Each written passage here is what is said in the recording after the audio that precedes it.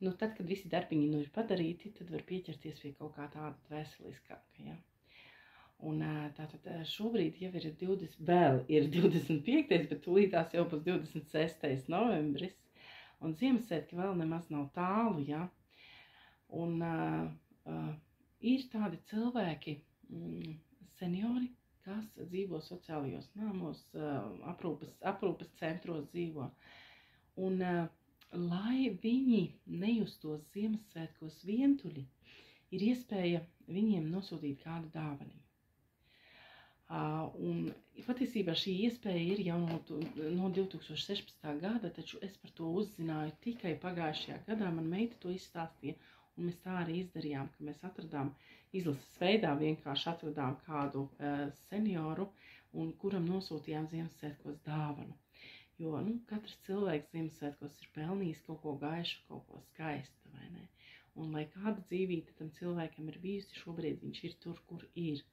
Un šādi, nosūtot viņam dāvaniņu, kaut nelielu dāvaniņu, jā, mēs varam likt viņam justies tā kā vajadzīgam uz šīs pasaules. Jā.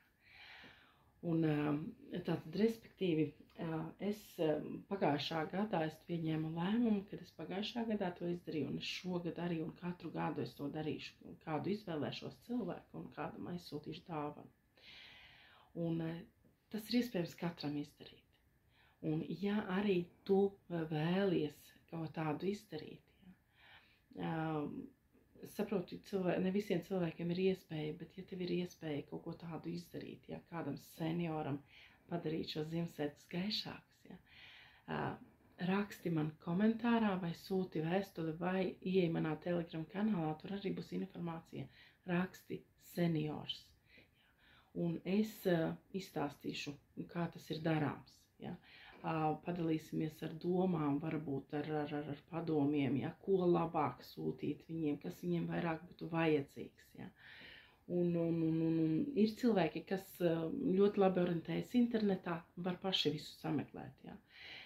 Taču ir cilvēki, kas varbūt ne tik labi orientējas, tiem es labprāt palīdzēšu atrast visu pareizi izdarīt, jo tur ir dažādas nianses arī. Un kopīgiem spēkiem mēs noteikti varam padarīt šos Ziemassvētkus kādam cilvēkam gaišākus. Jo šobrīd pavisam kopā ir Latvijā 5787, pieteiktās dāvanas ir 943, taču brīvie cilvēki vēl, kam nav vēl dāvanas, ir 4844 cilvēki. Tātad vēl bez šiem Ziemassvētku kaut kādiem tādiem prieciņiem. Un mēs noteikti to varam visi kopā izmainīt un samazināt šo skaitli.